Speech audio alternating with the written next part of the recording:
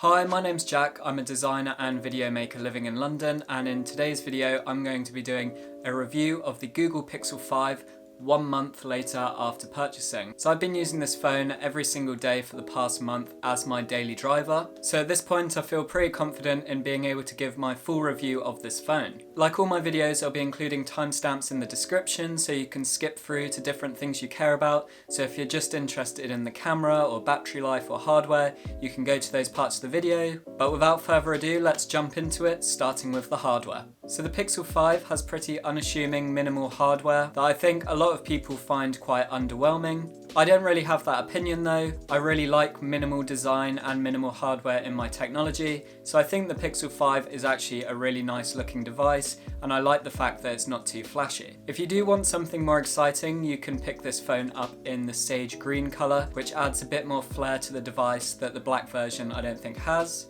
For me though, the minimal black stealth look I think is really cool and very sleek. One interesting element to the hardware that you don't see on most phones these days is a fingerprint scanner on the back. This inclusion of a fingerprint scanner is especially relevant this year as Google have got rid of face unlocking in their Pixel line of devices. In the Pixel 4 it had a similar function to Apple iPhones with Face ID, that you could hold your phone up to your face and unlock it in that manner.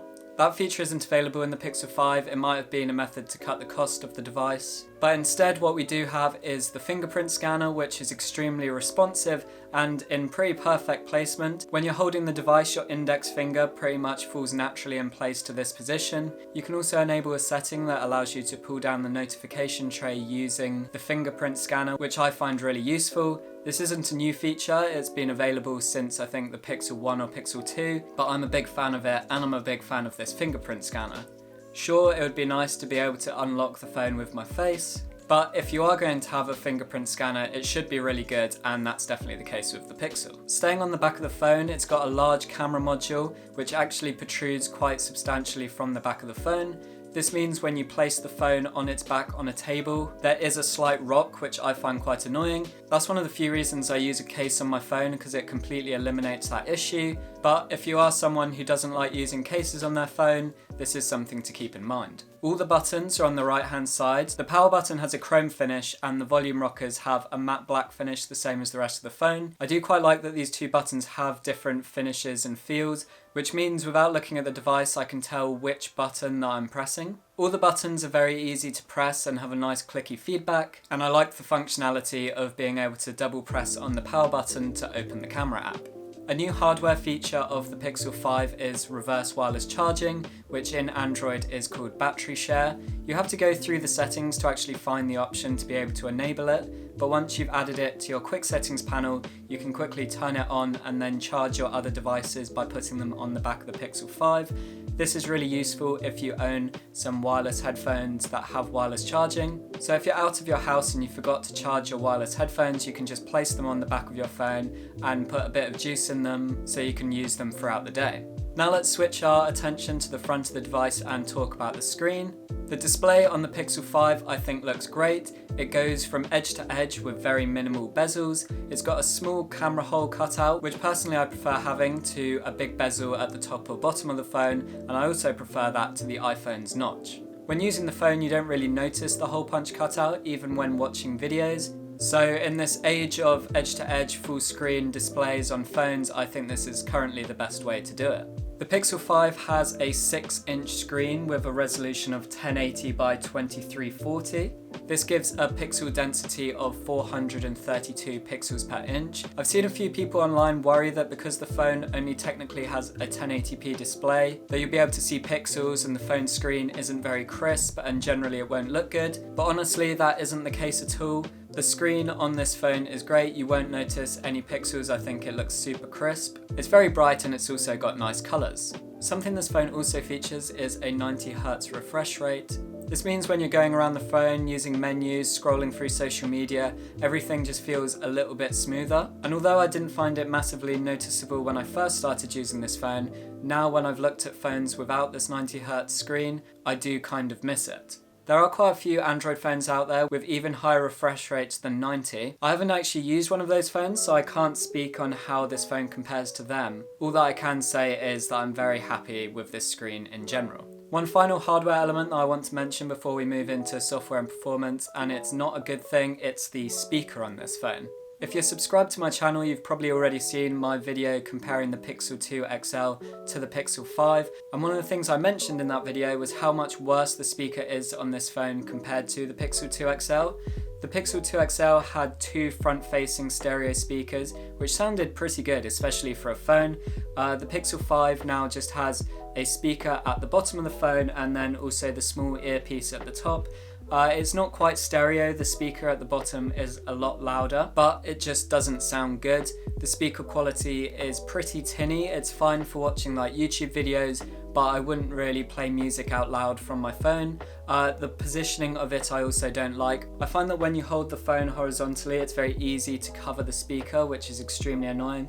It completely muffles it and just isn't a very good user experience. I don't think this is a reason not to buy the phone if you like everything else about it, but obviously it needed to be mentioned in this video. So moving on from hardware, let's talk about some software. This phone currently is running the latest version of Android, which is Android 11. As I'm sure you know, Google Pixel phones run stock Android, meaning there's no manufacturer's skin on the top of Android. It's the purest form, and in my opinion, it's the best form of Android. If you've had a Samsung phone in the past, you'll be familiar with how much bloatware comes on those devices.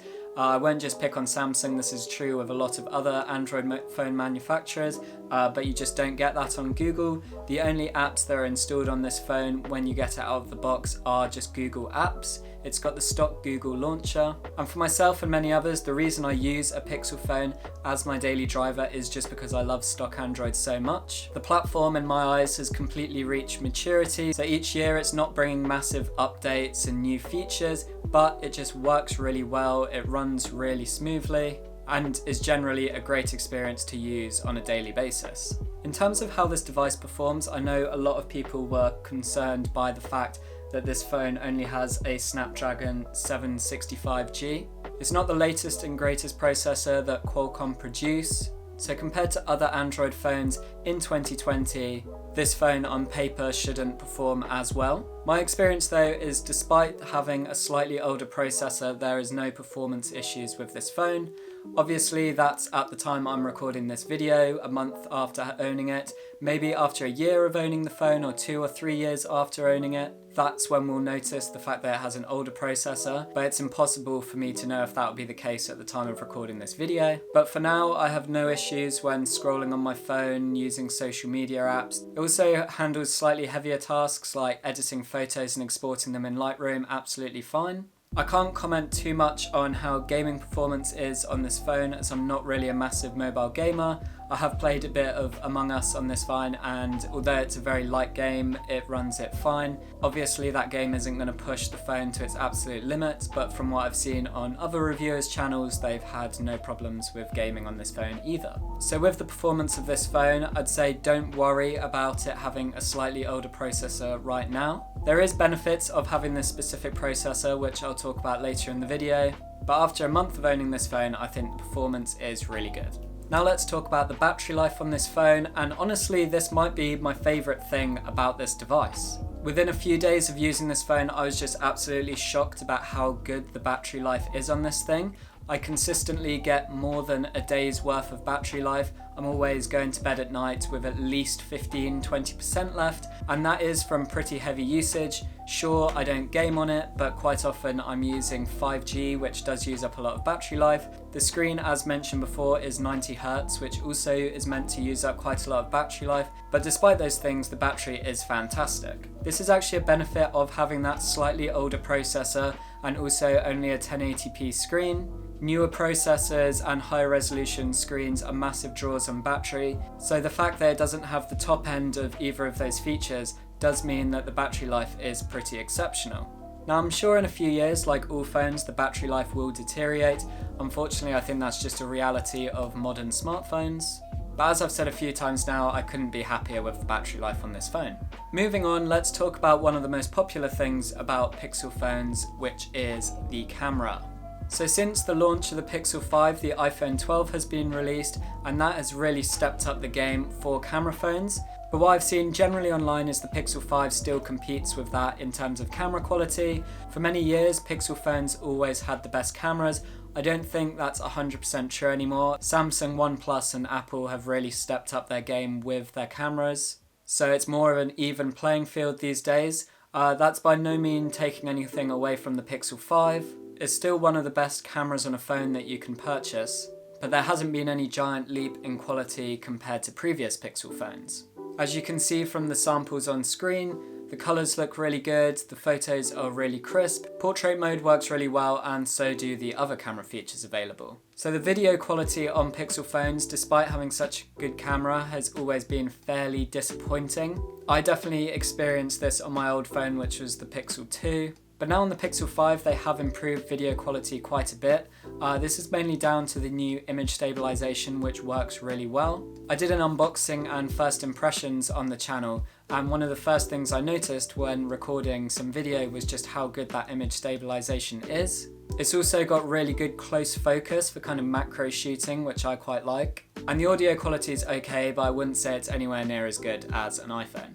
Overall with the Pixel though, it's still one of the best phones at taking pictures, and the video has also taken quite a big quality leap this year. So if you take lots of pictures with your phone, you definitely won't be disappointed with the Pixel 5. So the final thing to talk about before we get into whether you should buy this phone or not is the price. So Google have actually dropped the price of the Pixel 5 compared to this Pixel 4. It now costs £549 in the UK and $649 in the US. This has been great news for some people and a bit disappointing for others. I think the disappointment from some people comes from the fact that despite this being Google's flagship phone, it doesn't have flagship specifications. But then on the other side of that, by being at a lower price, it makes this phone a lot more accessible to other people and also gives it quite a big competitive edge over other phones that cost a lot more. In my opinion, I'm happy they lowered the price of the Pixel 5. I think it's great for consumers that you can get a phone this good at such a low price.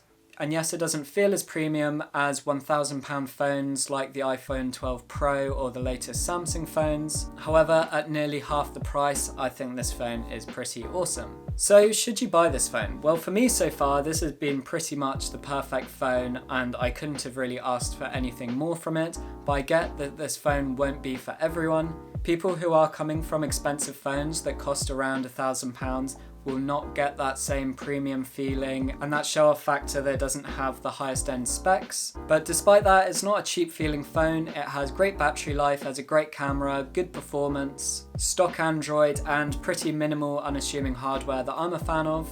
So if those things that I just listed is what you're looking for, then I would recommend that you buy this phone. I think it's really good. That just about wraps up everything for this video. Let me know in the comments if you already own this phone, what do you think of it, or if you're thinking about buying it, is anything stopping you? Is there any more questions that I haven't answered in this video? If there are, I can answer them in the comments. If you found this video useful, please give it a thumbs up and subscribe to see my next video. Also follow me on my social media channels at JackJenkinsYT on Twitter and Instagram. I'm trying to be more active on both those platforms. And that's just about it. So hopefully I'll see you in the next one.